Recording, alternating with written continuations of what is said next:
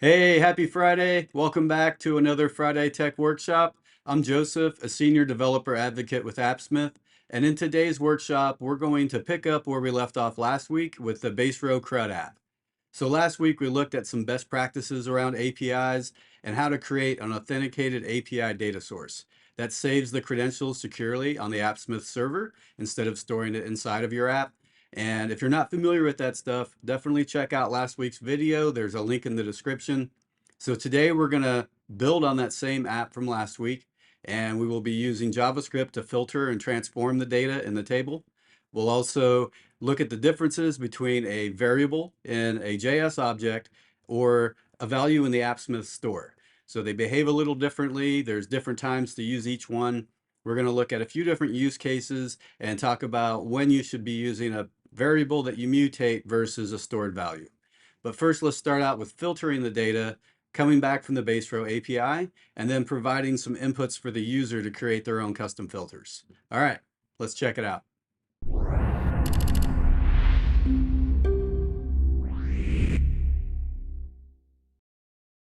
All right, here's where we left off last week. We've got a simple CRUD app built on the Baserow API, and I'm using this template from Baserow for an applicant tracker. We're building on top of this positions table here. So if you want to follow along, you can check out the video from last week where I show how to set up the data source and how to copy this template. So now we're going to build a filter on top of this. We have the basic CRUD app. I can create, read, update, and delete rows, and those 4 APIs and endpoints. And next, what I want to do is filter this results array here based on the isFilled position. So if we look at the data here in the table, there's a column for isFilled, and it's true or false or Boolean. And I want the user to be able to just click a button and view all the open positions or all the filled ones or the full set. And there's a few different ways to approach this. We're going to filter the data on the client side, which means after the API runs with all the data in it, then we'll filter it using JavaScript. You could also do this using query parameters and get back only the true or only the false ones. And then the API would run every time the user changes the filter. So there's pros and cons to both. Today I want to look at the JavaScript side, so how to do it with a function that filters it on the client side. Now, for my UI, I want to have just 3 buttons here where they can click and select that they want the open or the filled positions or all. And I'm going to turn off the icons instead of trying to spend time here finding one that goes with each.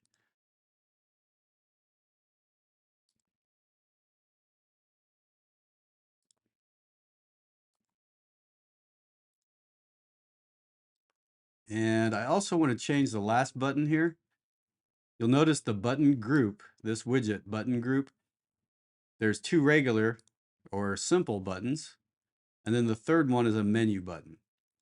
So if I go into the settings for the third one there, all, it's currently set to a menu button, which has another level of as many buttons as you want to add here. And then each one of those can have their own setting. So I'm going to change that third button to simple. And then I just want 3 buttons here that the user can click, and that'll change a filter value here. So first I'm going to add a new JS object. And this will let us declare functions and variables. What I'm going to do is use a variable for the filter value. And we will start this out as null. So instead of it being true or false, it's just going to be null or blank, that we don't want any filter and we want to return the data exactly as it is. I'm going to delete this placeholder here and this one. And then we're going to write a function called filter table. And first, I want to return the exact same thing, the data that is in the get positions query. So that's in that results array. Comes back as an object with a nested array there for the results. So let's return this. And I'll run this, and we should get back the exact same thing that's in the table right now. It's the full set. We're not filtering anything yet, but let's go ahead and connect the function to the table so that we can add or filter and see the change here in the table. So instead of looking at this API response, we'll connect the table widget to JS Object 1. Now you'll notice there's the value here or the function itself. We want to connect it to the function. All right, next we want to set it so that when I click that open button, it mutates that variable and changes it to true or false or null based on what type of filter we want. So if we want to see all the open ones, then it's not filled, right? Is filled would be false. So I'm going to set the open button here. We'll go to the button group and then to that one button and set its on click. You can select actions here for certain things like navigating to a page or showing an alert or running a query. But I'm just going to change this. There's a button here to switch to JS, and then you can write something directly right here instead of having to pick it from the list. So here we're trying to mutate that value in JS object 1 dot filter value, and it's currently null. It's coming back here showing undefined, but we want to set it to false. And then to help us debug here and see what we're doing, I'm going to display the same value from that variable. So we'll look at JS object 1 dot filter value, and if I click open, okay, it's been set to false. Now when I click filled, I want to see the ones where it's true. And then for all, we will just clear it or set it to null.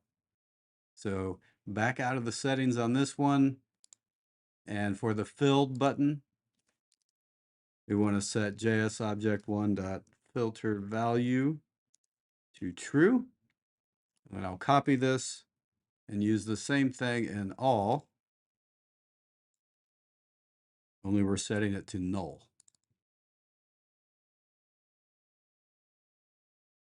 So we can toggle through here and change the value or clear it. And now I want to use this value in the function to filter this table. So back to the JS, here's the value. And when the app first loads on page load, it's going to have this value, whatever you define here. But then you can continue to mutate it with other interactions, and it will maintain that value until the page gets refreshed or they navigate to another page or you change it yourself somehow.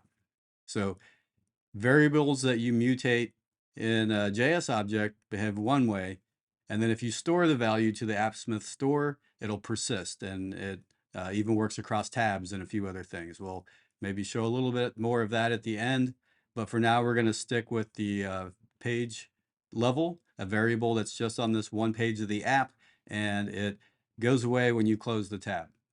So here we're returning the exact same thing that we get from the API. We're not changing anything yet. Now I'm going to add a dot filter.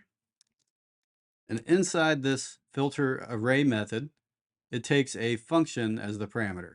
So inside of here, we'll have an arrow function. And then the parameter we're passing in is one of the rows of data. So I'll just call it row. In here, we can check to see if that row dot is filled is true or false, and then do something based on that.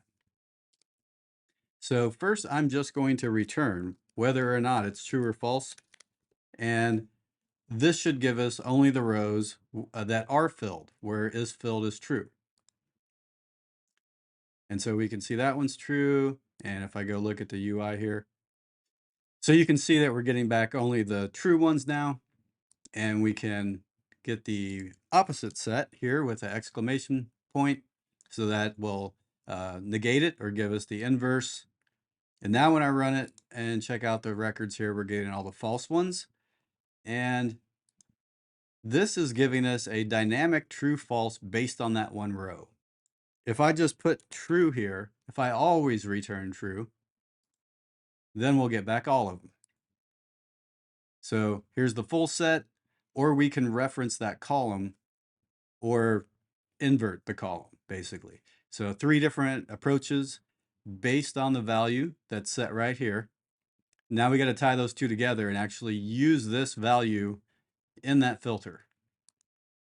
So the first thing I'm going to do is the case where it's null.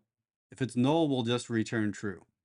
So right here, instead of directly returning true, we'll say if,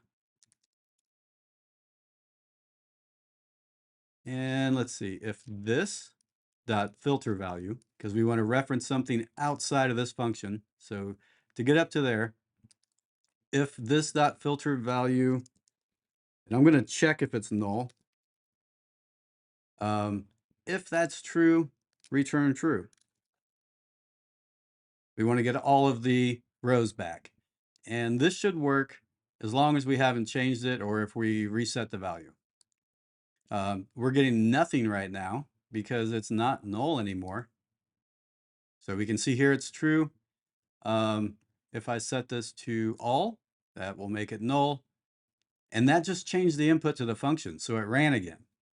But it only works for that one set. We haven't given it a condition that works for the other two. So if it's null, we want to return all of them, else we want to return the rows that match, whatever it happens to be. So we can compare the two and only return those matches. If it's false and false, that's good. If it's true and true, where this filter value says true and the row is true, then that's good. So they just have to match. So we'll say return if this, this dot filter value, if it's equal to the row dot is filled. And then if those two happen to match, it'll return regardless of if it's true or false. So let's test this out. And it's currently null, and I can see all of them. If I click filled, there's all the true ones. Open is all the false. So we can go ahead and hide this now. We don't need to see that value. And we've got a custom filter that lets the user just click a button and filter based on what's in that table. So this is just a different approach. Instead of using this UI where the user has to pick which field and type in a value, this lets them do it with just a single click. Okay, next let's take a look at that select widget inside the JSON form. So if you remember from last week, when it came time to set up the options for this select widget, I just had you paste in this value here. It's looking for an array of objects with a label and a value property. And we just had them prepared ahead of time, pasted it in there, and just kind of moved on because it's a little too advanced for just a simple CRUD app. But today what I want to do is show you how to generate this programmatically so that you can call the API, get a list of all the possible values, and then turn it into this format that the select widget expects. So the first thing is we got to get the raw data, get this list of values before we convert the format. So we'll check out the API docs. And you might remember from the video last week, as we're going through the API docs, the first thing you see is the definition or the schema of the fields. And then the first endpoint is for listing those fields. It's not rows of data, it's listing the fields itself. So this is real helpful on APIs where you want to get back that full list. And if you're working with a SQL database, you can query the schema of the database itself and get back similar data. Get back the list of allowed values for an enum column, or you can use select distinct to get all the values from a certain column in the database. So this is a similar thing, but with an API. But it's not at the field level. It's going to get the entire table, so all the fields, and then we'll drill down and find that one thing we're looking for. So I'm going to copy everything after the root URL there, and let's create a new API So what I'm going to do is just copy my get positions. We'll copy it to the same page here and swapping out the second half of the URL here. We'll call this get fields. So let's go ahead and run this and just make sure it's still working. So here's another endpoint, and you can see it's the list of our fields that are in that table. Here's the is filled one, and one of the things that comes back is the list of values that are allowed in there. So let's switch over here to JSON. There's description, here's department, and there's this select options array inside of there. So this is what we're looking for. If you drill down in here, there's a array of objects, and then there's a department, here's marketing, here's sales. So we've got the raw data. Now we got to drill down and get that one piece of it, and then turn it into the right format for the select widget, and then connect that output of the function to the widget itself. So first thing is we will, similar to what we did here, I wrote a function that just returned the exact same thing without modifying it yet. I like to start with that just to make sure I've got a good input and a function that's returning something. So we'll call this select options, select department. And this is a function. So we are inside of an object here, which means each thing is just a property and they're separated by commas. If you're inside of a JS file writing JavaScript, then you'd use a semicolon, but we're using a comma here because we're inside of an object. And I want to return that get fields dot data. This one doesn't have a dot results, it's just dot data. So we'll go ahead and run this, and we can see that we are getting back the entire list, the same thing that's coming back from the API. We're not changing anything yet. So the next thing I want to do is find the one field where the name is department. So we'll use a find array method right here, dot find, and this returns a single object. So whatever row, the first one that is true, it'll return that one object, and then we can drill down into it and get those select options. Now, the thing that we want to test for would be the name. Let me get rid of this for just a second and run that again so we can double check. We are looking for department, and then once we find that one, we want to go to select options. So select underscore options. So what I'm going to do is use dot find to get to the field. Oops, there's my dot. So go through each field and return true if the field dot name equals department. Department. So this should find at least one row. The way find works, it's going to return the first value, and that's it. So here's an object now. It's not an array anymore. It's that one object, which means we can drill into it using the next property name. So I'll copy this and say dot select options.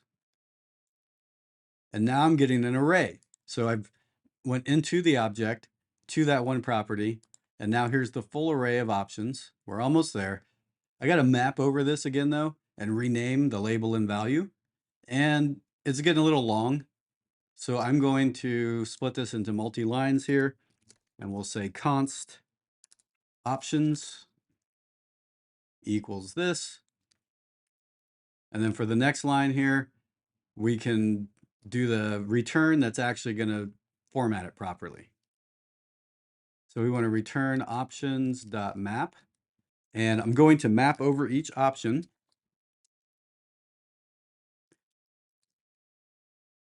And we want to return an object with a label and a value. Now both of them are actually going to be the same value, In this case, we don't need the ID that goes with it and the value, because the Baserow API will let you send things using the readable label. So they actually call it value. It's a little confusing.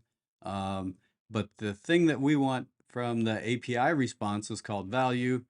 So we're going to get that options for each row that we're on, go to its option.value. And the same thing for the value is going to come from that same field, option.value. So if I run this now, we're getting back an array of objects with a label and a value, and both of them are coming from that row.value. So a little confusing with the terminology there, but let's look at the raw data again one more time. And there it is. So there's 3 properties there, and the one that we want is the value. So back here in our function, we're creating an object with a label and a value, and they both reference the value. Okay, one more thing while we're here. There's a easier format here. Instead of having the open curly braces and then the word return, and then another set of curly braces for the object, we can try to return just the object directly. So if I cut this out of here and we try making this a single line, I'll put this object directly right here. So this is a shorter syntax, but it's not quite right yet. If you want to return an object directly, you got to wrap that in parentheses, because otherwise it thinks that this curly brace is the start of a function instead of the start of an object. So that's a little shorter, and it does the same thing. And now we can use the output of this function in our select widget. So back to the form here. And when we edit or add a new row, we want to change this department dropdown. So inside of here, in the gear for the department field of the JSON form, I'm going to clear all this out, and we will reference the JSObject.select department function. Okay, and it's still giving us the same value here, but it will give us updated values now. If we go to Baserow here, let's see, this is the table. And if I go edit this field and then just create a new option in this list and save it, that's going to populate in our app now. We don't have to come back here and edit our app and redeploy it and save a new version and all that. It's going to populate off of whatever's in the API. And looks like I'm zoomed in a little too much. There it is. So this will save you a ton of time. It's a way better approach. A little more setup involved instead of just pasting in that JSON. But as you can see, it's live. It's going to update with your database. And as you add new values, it shows up here in the list.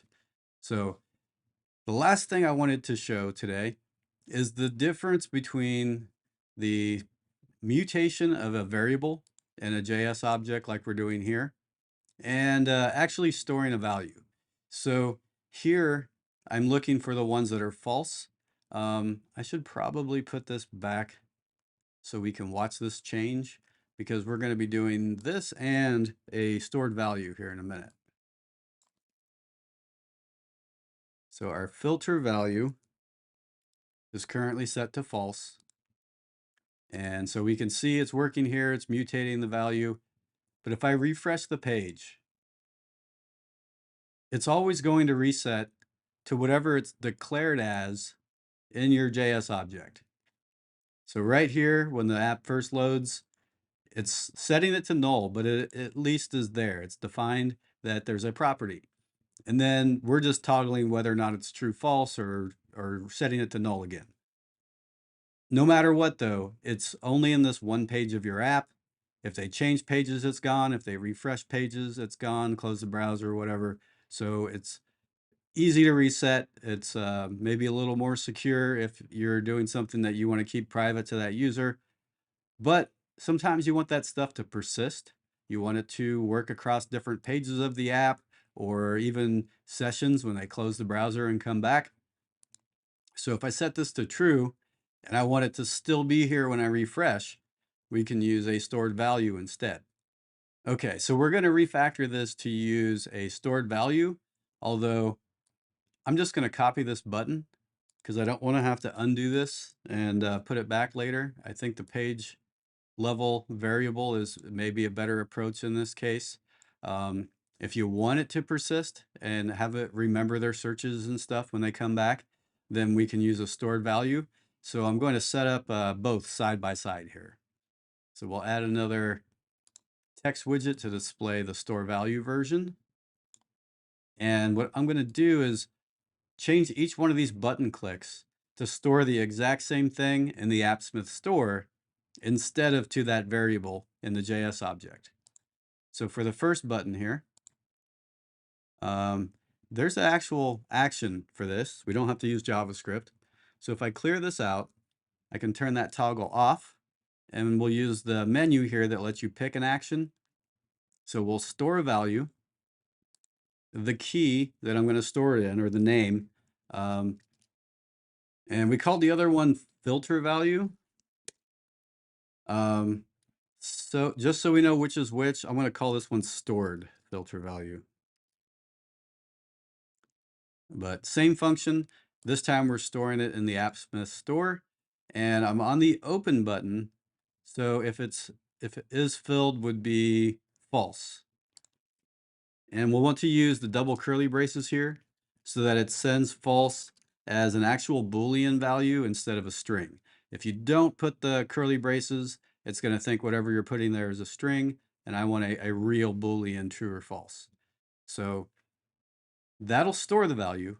Now let's display it. Back to this text widget, and we will look in the appsmith.store, and then stored filter value, I think is what I called it. Let's test it out. There it is. So this button click is storing the same value that's used up here. We'll do the same thing with the other two buttons. And into the filled one here. So I can clear this out, switch off the JS toggle, and we'll use the menu here for store value.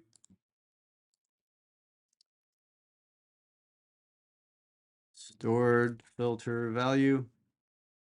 And this time we are setting it to true. And while we're here, I want to show that if you turn the JS toggle back on after you've used that menu, it'll show you the code that was written underneath. So I'm going to copy that, and we can use that on the third one. We'll go to all and just paste this in here and then change this to null. And so now we should have the same behavior, but we're storing that value in the Appsmith store instead of it being a mutated variable in the JS object. So now let's refactor the function to filter the table based on this stored value. So here's our table. I'm going to copy this, copy it, comment it out, and then we'll do a new one down here. And so the thing that I'm testing it against right here is coming from this variable that's defined up here. We'll just change both these references to the Appsmith store. So we look at appsmith.store.stored filter value, copy. There we go. And that should be it. Let's go ahead and test it out and see if it works after the page is refreshed now. So we're on true. If I refresh this, there it is. We didn't lose the stored value or the filter, and the table's updated. We'll use false and refresh. And this will actually work across different pages of your app or different apps as long as you're on the same domain. So if you're using our free cloud, it'll work across different apps there. If you're self-hosting, it'll work across those apps, but it won't work across your self-hosted plus ours because it would be a different domain. It'll also persist when you completely close the browser and come back. But if you want it to clear, there's a third parameter on that store value. So when you choose the Appsmith store, let's pull up the docs here. It takes two parameters at least.